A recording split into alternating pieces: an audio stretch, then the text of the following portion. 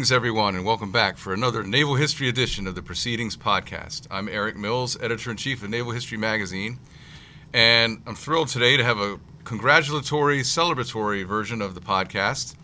I have with me here the two winners of the professional category in the annual CNO Naval History Essay Contest. We've had our award ceremony here this morning during the Naval Institute's History Conference here in Beach Hall.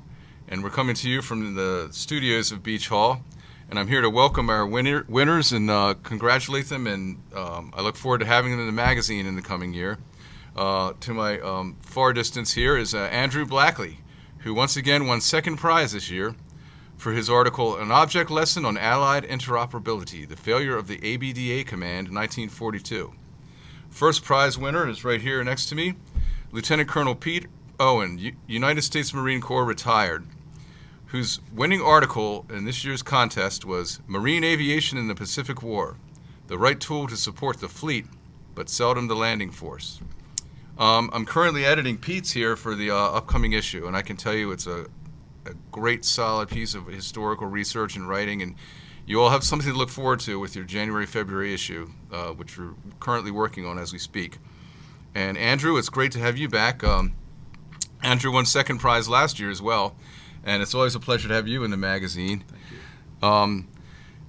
The theme of this year's was how do we meet rising threats in the Indo-Pacific, et cetera, lessons from the past that apply to any kind of geopolitical situation today. That's the nature of this essay contest. And Andrew, we'll start with you in your second prize entry because you picked a very timely topic. The ABDA Command, the American, British, Dutch, and Australian Command that was cobbled together in the exigencies of Pearl Harbor and didn't last but more than a couple months. And it's kind of a famous failed alliance. And that's kind of something important in that part of the world these days. And you weren't the only entry that covered this because it is such a perfect analogy for today. Maybe you can tell us a little bit about what you came up with in working on this. Sure. Well, so I was inspired, to be honest, looking at doing essays. I look back and look at the ones that won in the past, right? So it gets some clue about what the judges like to see. So one of the obvious things was to look back at the guidance that the CNO would issue to the Navy in general. And that was the first thing I did. The Advantage at Sea publication of 2020, where Admiral Gilday and the other chiefs of the sea services laid out their guidance for how to deal with the China-Russia challenge. And in particular, what caught my eye was that they were highlighting the strategic advantage that we have over those countries in the alliances that we have that currently exist. So we have historic alliances that have been in place since the Second World War. And in addition to that, we have alliances with countries such as Japan and South Korea that came about post-war. And the alliance structure in the Pacific has had its ups and downs. There was an organization that people are going to be familiar with, CETO, that was sort of analogous to NATO, but it collapsed after the Vietnam War. When New Zealand declared itself to be anti-nuclear, the U.S. sort of withdrew from any agreements we had with New Zealand. They were an important partner, obviously, during the Second World War. So looking back at the American, British, Dutch, Australian Command, and I have to say I talked to an Australian historian who insists that it should be the Australian, British, Dutch, American Command. So at any rate, the United States at that time in going into late 41, early 42, did not have any alliances with anyone in the world at that point. They had been talking with the British. They had not yet really formed the combined chiefs of staff, but there were talks in 1940 and 41 towards naval cooperation. FDR was very big on it, but the United States was officially neutral. We were already in sort of a shooting war with the Germans. The Reuben James was torpedoed and sunk by a U-boat in October of 1941. So it was sort of a hot Cold War going on. We had troops occupying Iceland, so that would free up British troops to be used elsewhere. But so that was the structure. So there was definite talk going on about how to conduct a European war, and everyone hoped that there would not be a war in the Pacific. And in fact, the planners at the War Plans Division in the CNO's office were telling the president, do not start anything yet. We are not ready to fight.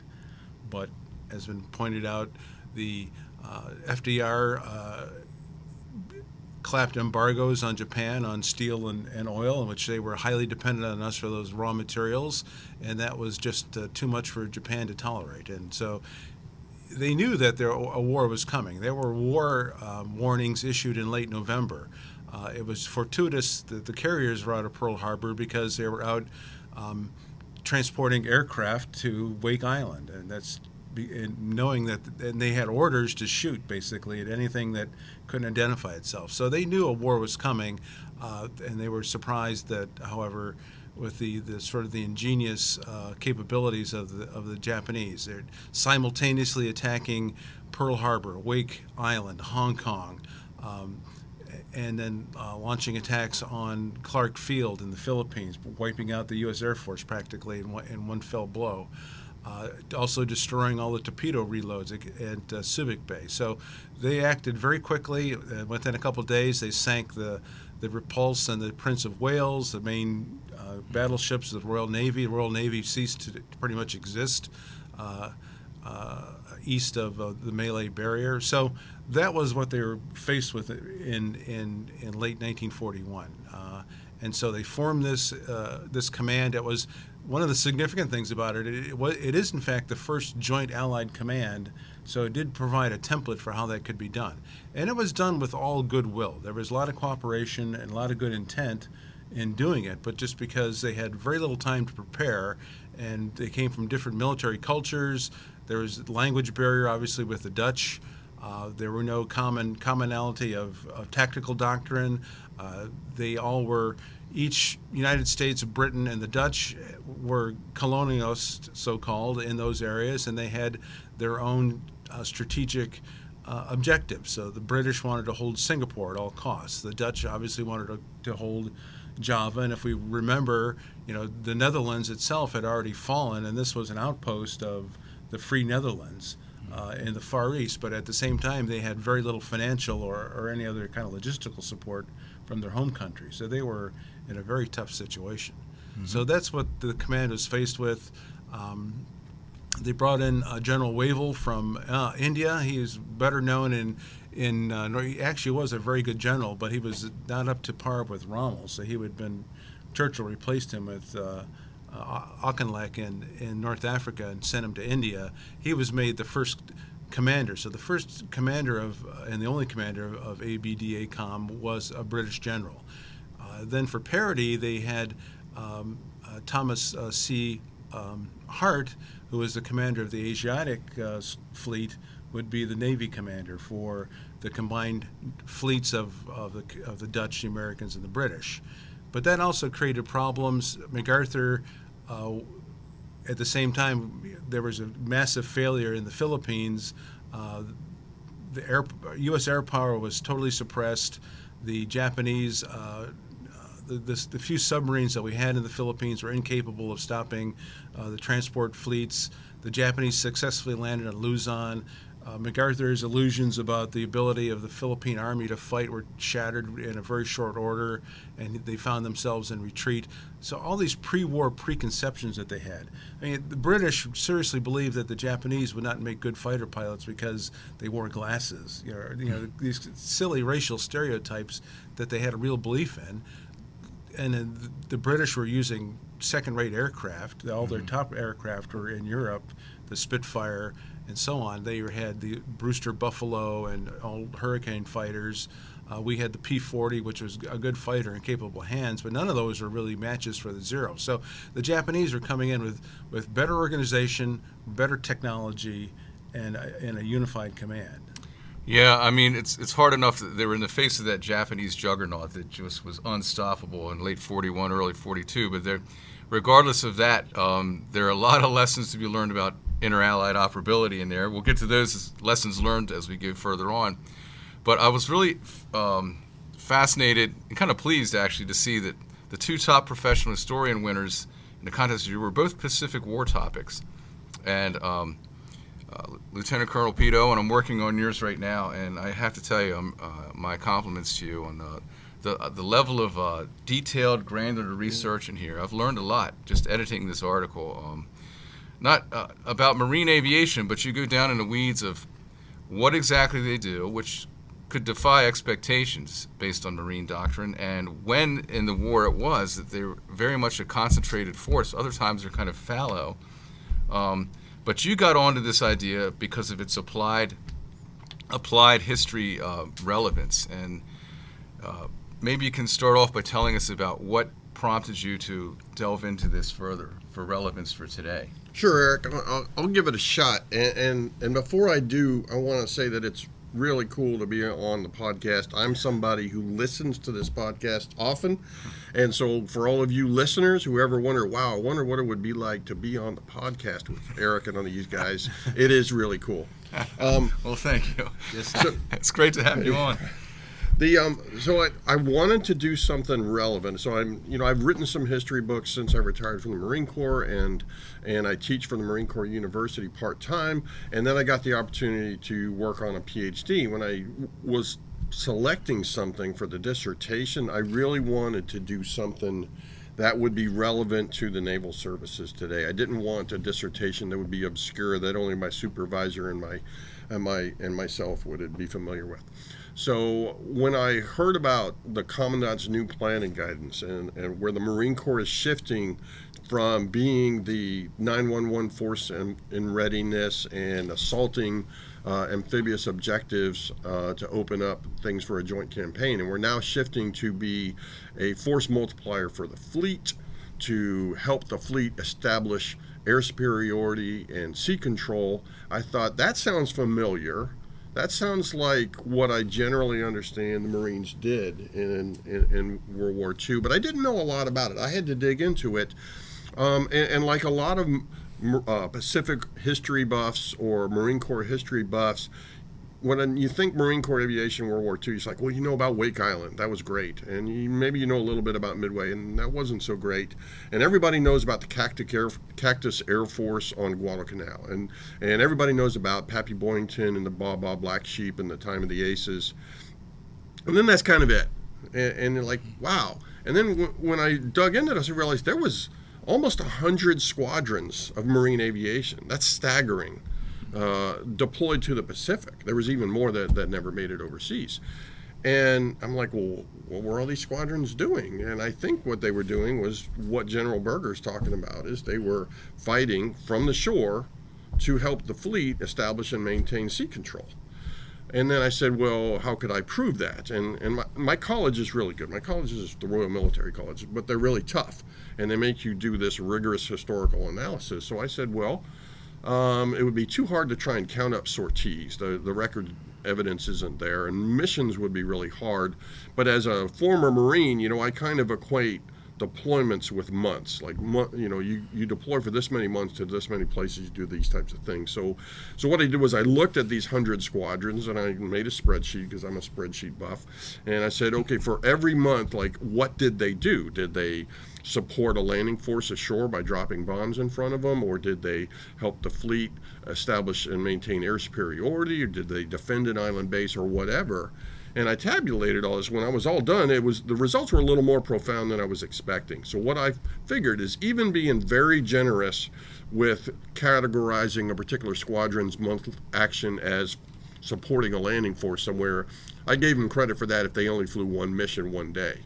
And still, what I came up with was the answer was that Marine aviation supported the fleet about 5 times more than it supported landing forces ashore. And I said, well, that's pretty interesting. And I know that General Berger is getting a little bit of criticism from retired generals, from defense policy experts who, quite understandably are urging caution as the Marine Corps makes this shift, because the Marine Corps has been a really essential, critical part of the Department of Defense since 1950 as being this Marine Air Ground Task Force, Force in Readiness, Amphibious Expeditionary Force, and fundamentally changing that involves risk, as General Berger has acknowledged. But I thought, well, if there's any role that history should provide to people who are making decisions, we should be intellectually honest about what our history shows. And so I think the evidence shows that there is a precedent for this, and it's not all terrible. Mm-hmm. Yeah, it seems counterintuitive to what their doctrine would be, which is to support the landing forces. But when you look at what they actually did, which you do, great data in this article. You folks are going to love it. You realize that, as you point out, 5 times more they were supporting the fleet, but that's not necessarily a bad thing, is it? It shows the the versatility. Once you get into the thick of the Pacific War, you do what needs doing, and there's a versatility to the marine aviation weapon, if you will, and that to me sounds like a win-win. Would you agree? It's not a bad thing. I do, and certainly the caution comes from every Marine gets drilled into, where at Paris Island, my drill instructors taught me, it's like the whole Marine Corps is there to support the riflemen, and that's a fundamental part of how the Marine Corps approaches warfare. But the job the fleet needed done in 1942, 43, 44, 45, it was a tough job. It was a job Marine aviation was prepared to do, but it wasn't supporting riflemen ashore. It was supporting the fleet. It was operating on these austere locations in the Solomons, contested airspace where they're under threat of air attack, of naval bombardment, under ground attack, or at least indirect fire on their airfields, and they're miserable conditions, and logistics are fouled up. But Marine aviation was able to be a combat multiplier for the fleet by operating from those austere locations in the Southwest Pacific, and then continued it throughout the war in a number of different places. And they did support landing forces, especially on Okinawa. That was a huge success of providing direct support to the landing force. But what they also did in the last year of the war that was a huge success was they put Marine Corsairs aboard the fast carriers, Task Force 58, to protect the fleet from kamikazes, because the fleet needed to increase the percentage of fighter aircraft in its carrier air wings and reduce the number of torpedo bombers. They looked around like, we don't have a lot of extra fighter planes, but the Marines have Corsairs, and that would be the perfect weapon. So they quickly qualify 8 Marine squadrons for the fast carriers, and they do a great job protecting the fleet. Yeah, I thought that was fascinating, and a perfect example again of improvisation ability, versatility. The kamikaze thing sort of came out of left field. We've got these Corsairs, let's qualify them for carrier flight, and that was a game changer. And so that's another good example of that. Well, one of the things that your piece, Andy, was on was the failures of the different navies to in the ad hoc alliance to work together very effectively. And a lot of this was the rushed nature of it, but it was also cultural and political. But there was also some operability issues between the U.S. Army and the U.S. Navy. Correct? You mentioned how MacArthur was counting on Admiral Hart's submarines, whereas Admiral Hart was counting on MacArthur's air wing to protect his submarines. And as you say, both ended up being bitterly disappointed. Some of the sort of folklore of the Pacific War is the U.S. Navy and the Marine Corps' interoperability. Sometimes there's friction there. Sometimes, obviously, it's a well-oiled machine. I mean, the outcome speaks for itself. But what do you think? There's anything like that you can see in Marine Air and just in the general save? Maybe not so much as in your article. Marine Air's role and interfacing with the Navy, they're very much working with, helping the Navy, the fleet itself at sea. Were there any kind of issues about that, or was it just sort of we're doing what we need to do? Well, I mean, in the era that my paper covers. Well, I'm actually asking Pete. Oh, you're asking Pete? Okay. I'm trying to link your two articles. See what I did there, folks? Yeah, I'm not qualified to answer that as much as Pete is. Yep. Well, certainly part of the problem that I see from and Andy was kind enough to share his paper with me, so I read it this morning, and it's excellent, Andy. I really enjoyed it, and it's a great topic. But from what I was taken away there was the air support that didn't really do the ABDA Naval Surface Command any good was not U.S. Navy aircraft. It wasn't U.S. Marine Corps aircraft. It was Army Air Forces and maybe Australian or British Air Forces. Andy mentioned there was a PBY, which I assume was U.S. Navy, which provided essential scouting. But other than that, there was no fighter protection for the fleet being provided by anybody ashore or afloat. There was nobody doing strike operations to help them and give them, reach. So, that was definitely a deficiency. So maybe the takeaway from ABDA is, if they just had a few Marines flying overhead. But there you go. They really needed aircraft carriers. I mean, they needed a better fleet for one thing, but that also the U.S. had so few carriers at the time that they may have very well been sacrificed. I mean, that may not have been a good place to employ them. On air power, something that I found fascinating was that MacArthur had this idea, and so did the Army Air Force, that the B-17 was this wonder weapon. It was this high-tech bomber. The Flying Fortress, it couldn't be shot down. It would get through. It would obliterate. It would use it on bombing raids to Formosa. That it would destroy the Japanese Navy at sea. Well, most of the B-17s were shot up on the ground at Clark Field, and the other ones that survived, they didn't anywhere near live. I mean, the Zeros could shoot them down without too much issue. So this dependence on a wonder weapon, for one thing, was obviously misguided, and then you always had this tension between General MacArthur working in the Southwest Pacific. Eventually, when he goes to Australia, and unfortunately, Corregidor falls in May of 1942. So he establishes the Southwest Pacific Command, and then Nimitz gets the Pacific Ocean area, the bigger chunk, which is the Central Pacific and North Pacific, and he's in Hawaii. So there's still always this tension between them and between trying to divvy up the forces, and strategically later on in the war, are we going to fight a war going up the Solomon's Chain and New Guinea and Bismarck Islands and approach the Philippines from the southwest? Or are we going to come through the traditional, what's called the through ticket that the Naval War College had been gaming for in the interwar period? We're going to go through the Central Island chain, and Nimitz, I think, and the Joint Chiefs, Admiral King, were brilliant in this idea that, well, we're going to do both, and we're going to keep the Japanese so confused and so preoccupied they don't know where we're coming from. So he had. The same fleet would transition between Spruance as the 5th Fleet and the 3rd Fleet under Halsey. And they just kept the tempo of operations continuously through, once they had the logistic ability in late 43 going into 44, where they had these new fast carriers, new fast battleships, auxiliary carriers, and the whole logistics and fleet train coming in, that really the Japanese were doomed. They were probably doomed after the declaration of war on December 8th, but ultimately, this militarily, once we had taken Tarawa and then Enowitak, and we were well into their central defensive perimeter, and they had no way to get us out, and they declined.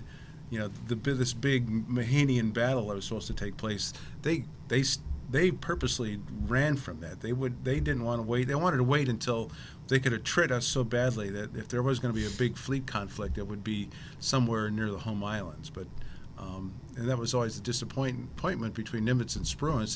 They were battleship guys. They wanted to have a battleship fleet-to-fleet action, but just one more for history, please. It never came about. Well, it did. Well, Ohlendorf got it at in the Philippines, so that was the last big gunfight. But so anyhow, let me put in a word in for Spruance. He had a great appreciation for marine aviation, even though he was a black shoe, so-called admiral.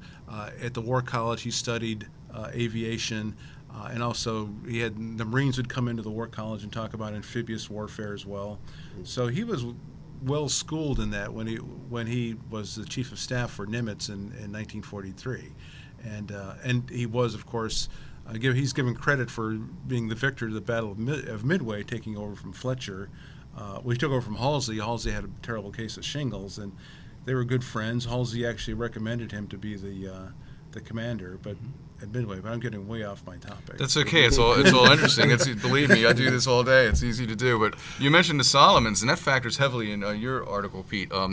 the heaviest concentration of Marine air activity is during the Solomons campaign from 1942 on for like a year and a half or so. It was about 30% if you measure it in squadron months. That's not a DoD term. That's something I came up with for my research. But that's what one squadron did for 1 month. So about 30% of the Marine aviation effort in the Pacific was in the Solomons, and the majority of Marine squadrons rotated through there at some point. And you have to think of the Solomons not as just Guadalcanal from August of 1942 to about February of 43, but as a progression of operations from Guadalcanal to the Russell Islands to Vella La Vella, all the way up to Bougainville, and then with the objective being the neutralization of Rabaul. And if you look at it, that becomes, as you said, Eric, about an 18-month operation. And during that time, yes, the Marine Corps is operating from these jungle islands off these airfields, and they're helping the Naval Command that has responsibility for the Solomons as part of a joint combined air force, which has Army, Navy, Marine, and New Zealand aircraft in it, gain and maintain air superiority, and conduct a lot of strikes, conduct strikes against Japanese airfields as part of the air campaign, but also to hit ships to keep them from reinforcing or evacuating or supporting their Japanese garrisons. And then, yes, hitting targets on the ground. Most of the targets on the ground they hit were deep targets, because even though the Marine Corps had aspirations of close air support in 1942 and 43, between the jungle terrain and the infancy of the coordination measures and the organizations, they really weren't ready for prime time. So there's some really good experimentation that gets done. Marine Corps learns a lot. They provide some beneficial support to the landing forces, particularly on New Georgia and on Bougainville. But it's not what the Marine Corps had in mind. You know, when A.A. Cunningham said the only purpose of anybody to have aviation is to support troops on the shore, this is not the realization of that. That realization comes on Okinawa much later. Mm-hmm. Well, I think reality stepped in to that Cunningham's idea, and sometimes the reality of the moment calls for you to be a little more, as they were, improvisational.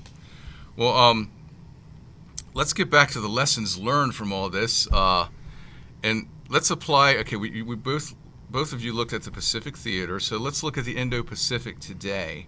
And Andy, we'll start with you, and maybe you can give us some of the best takeaways for today's thinkers to learn from the failure of the ABDA command. Right. So, like I said previously, CETO failed in the mid-'70s. There really is not a formal overall organization that's similar to NATO in the Pacific. So we have individual alliances and defense arrangements with South Korea, with Japan, we have one that's still in effect with the Philippines, but it all depends on who's running the Philippines and whether or not anything will ever happen with it. We have older alliances going back with Great Britain and Australia. As I mentioned, New Zealand is no longer part of that, but they would be welcome back under the right circumstances, I'm sure. So you have this sort of network of disparate and not well-connected alliances, and we call them partnerships as well. So we have relationships with people out there, but how well integrated they really are, as a civilian writing from the Midwest, I don't really know. But only what I mean. I read the USNI, in proceedings religiously, but there's only so much that I can glean out of that. So my recommendation to this was that we have at the Indo-Pacific Command right now a 4-star admiral, and he's headquartered pretty much in the same place where SINCPAC was headquartered back in World War II, and my suggestion is that they bring in as many high-ranking personnel from these allied countries and associated countries, and get them integrated into a commonality of tactical doctrine, strategic doctrine, sharing as much secret code information as we can. There is a 5-nation information sharing organization that still exists in the Pacific. So that is another thing that can be built on. but basically not to wait until the flag, a war starts, and then try to improvise, pulling all these people together. Which is just what ABDA-COM was, right? Right. Yeah, it's already started, and we're now trying to scramble this together. So let's move on to you, Pete. What would you say are the greatest takeaways from the Marine Air and World War II experience for today's Indo-Pacific? Well, I'm going to take a spin off what Andy said. Perfect. Andy, you were emphasizing integration and being prepared or already integrated before having to improvise on the outside of hostilities, right? Well, I think what Marine aviation gave folks in World War II, what it gave the fleet, was a land-based air force that was already integrated with the fleet as part of the Fleet Marine Force. So, yes, you could probably say, well, we could have just put Army planes or Navy planes on those jungle airstrips, and they did at certain times.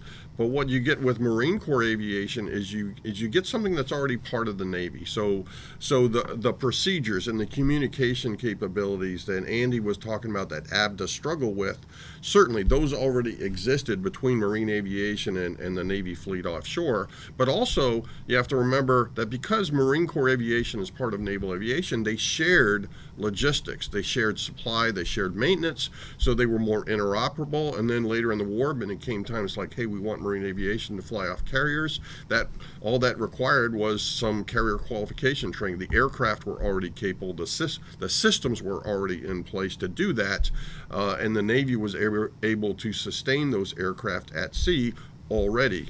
So that interoperable capability is something that I was part of the versatility. That was part of the important versatility of Marine aviation in the Second World War. Mm-hmm. To just throw in something there on interoperability, it was the Royal Navy, though, that actually devised how they do the folding wings on the Corsairs. That's my understanding.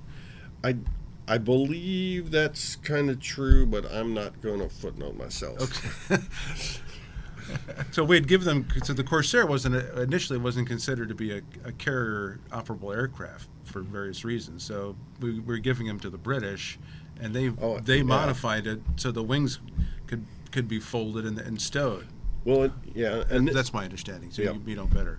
Yeah, and I know that Marine squadrons often got Corsairs that didn't have folding wings, because the Navy said, well, they're not going to need folding wings. But the initial Corsair design did have folding wings, I think, but it did have a lot of problems operating off carriers with struts, especially the tail wheel collapsing and things like that, and it had a stall problem that had to be corrected, which had all been corrected by 1945 when they started pushing Marines at sea. Well, a lot of this touches to what's always my favorite takeaway when looking at the Pacific War was how it's constant learning from mistakes. It's trial and error all the way to victory, all the way from the very beginning, all the way. They're still learning, and everything keeps getting better. And that's why 43, 44, we're looking at a whole different picture than we were in 41, 42. And there's so many examples of that. We've had many of them bandied about just this morning, talking right now. Well, folks, I'm glad we were able to get all together. We're all in the same building. I congratulate the two CNO Naval History Essay Contest winners in the professional category. Lieutenant Colonel Pete Owen, U.S. Marine Corps retired. Look for his article on Marine Air in the January-February issue of Naval History. And Andy will be in the magazine in one of the 2023 issues as well, with his wonderful piece on the ABDA command in 1942. Congratulations, gentlemen, to both of you, and thank you for joining us here today. This has been a great talk, great conversation. That's it for us, folks. Thank you for joining us again for another Naval History edition of the Proceedings podcast. I say until next time, if you're not a member of the Institute, please join and just go online to usni.org and become part of the conversation, the ongoing conversation we have about naval issues past, present, and future. I'm Eric Mills signing out for Naval History. Until the next time, fair winds and following seas.